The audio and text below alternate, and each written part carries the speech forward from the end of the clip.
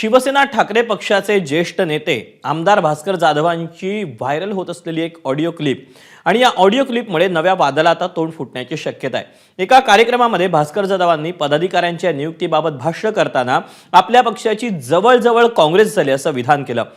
हे विधान त्यांनी कुठे केलं आणि या पाठीमागचा त्यांचा आशय नेमका काय होता याचा आढावा घेणारा हा स्पेशल रिपोर्ट पाहूया।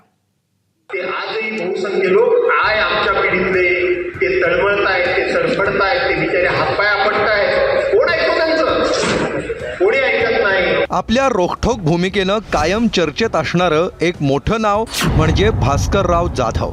नुकत्याच पार पडलेल्या विधानसभा निवडणुकीत कोकणात ठाकरेंच्या शिवसेनेची मशाल ज्यांनी विझू दिली नाही त्या खंद्या पाठीराख्या भास्कर जाधवांनी चिपळूणमध्ये पदाधिकाऱ्यांच्या बैठकीत पक्षाला घरचा आहेर दिला। आपल्या पक्षाची जवळजवळ काँग्रेसच झाली, जवळजवळ काँग्रेस झाली। वेदना होता हे बोलताना। पदाधिकाऱ्यांच्या कार्यपद्धतीवर भास्कर जाधव यांनी तीव्र नाराजी व्यक्त केली।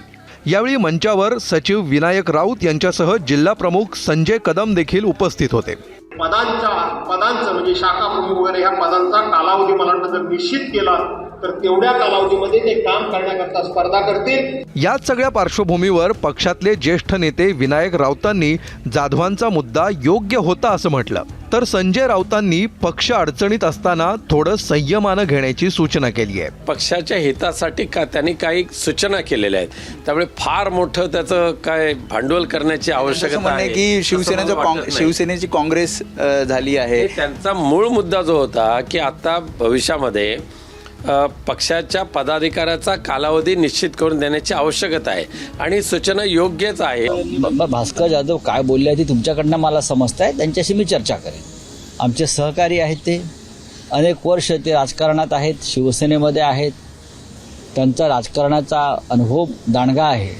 आम्ही नक्की त्यांच्याशी चर्चा करू, पण पक्ष संघर्षाच्या आणि कठीण काळातून जात असताना आमच्यासारख्या नेत्यांची जबाबदारी आहे की अत्यंत जबाबदारीने आणि संयमाने काम केलं पाहिजे। एकीकडे दोन्ही राऊत बाजू सावरत असताना दुसरीकडे उदय सामंत यांनी मात्र भास्कर जाधवांना शिंदे गटात येण्यासाठी खुली ऑफरच देऊन टाकली। एकनाथ शिंदे साहेब घेणार आहे, परंतु भास्करराव जाधव साहेब हे जिल्ह्याच्या राजकारणामध्ये गेले, स्वागत कराल। मी सांगितलं ना, आम्हाला मार्गदर्शन चालेल, आम्ही त्यांच्या मार्गदर्शनाखाली काम करू शकतो, त्यांच्या अनुभवाचा फायदा आम्हाला होऊ शकतो।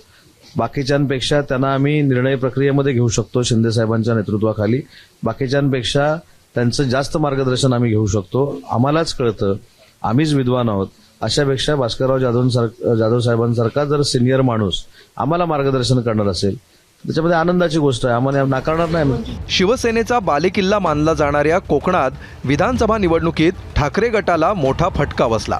भास्कर जाधव यांनी अनेक वेळा पक्षासंदर्भात आपली नाराजी बोलून दाखवली आहे आणि आता ही पदाधिकारी बैठकीत जाधवांनी आपल्या मनातली सल बाहेर काढली। आमच्या पिढीतले ते तळमळतायत, ते सडफडतायत, ते बिचारे हातपाय आपटतायत। कोण ऐकतो त्यांचं? कोणी ऐकत नाही।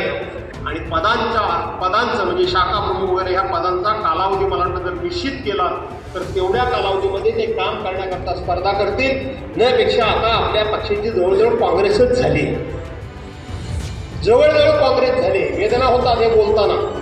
इतकंच नव्हे तर जाधवांनी निवडणुकीदरम्यानच्या पदाधिकाऱ्यांच्या कार्यपद्धतीवरही तीव्र नाराजी व्यक्त केली। निवडणुका आल्यानंतर किमान त्यांनी ते गाव सांभाळलं पाहिजे।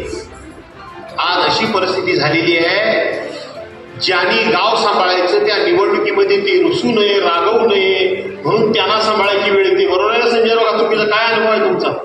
असाच आहे ना?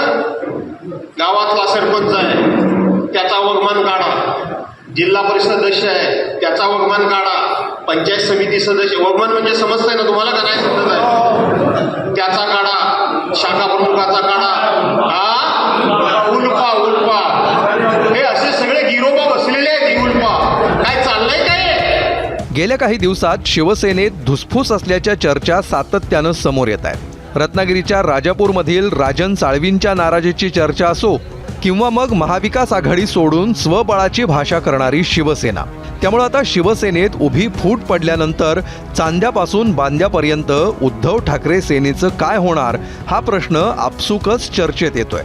अशातच आता पक्षातूनच आवाज उठत असल्यामुळे पक्षप्रमुख उद्धव ठाकरे काय निर्णय घेणार याकडे सर्वांचं लक्ष लागलंय। स्वप्नील घाग, एबीपी माझा, चिपळूण. एबीपी माझा, उघडा डोळे बघा नीट.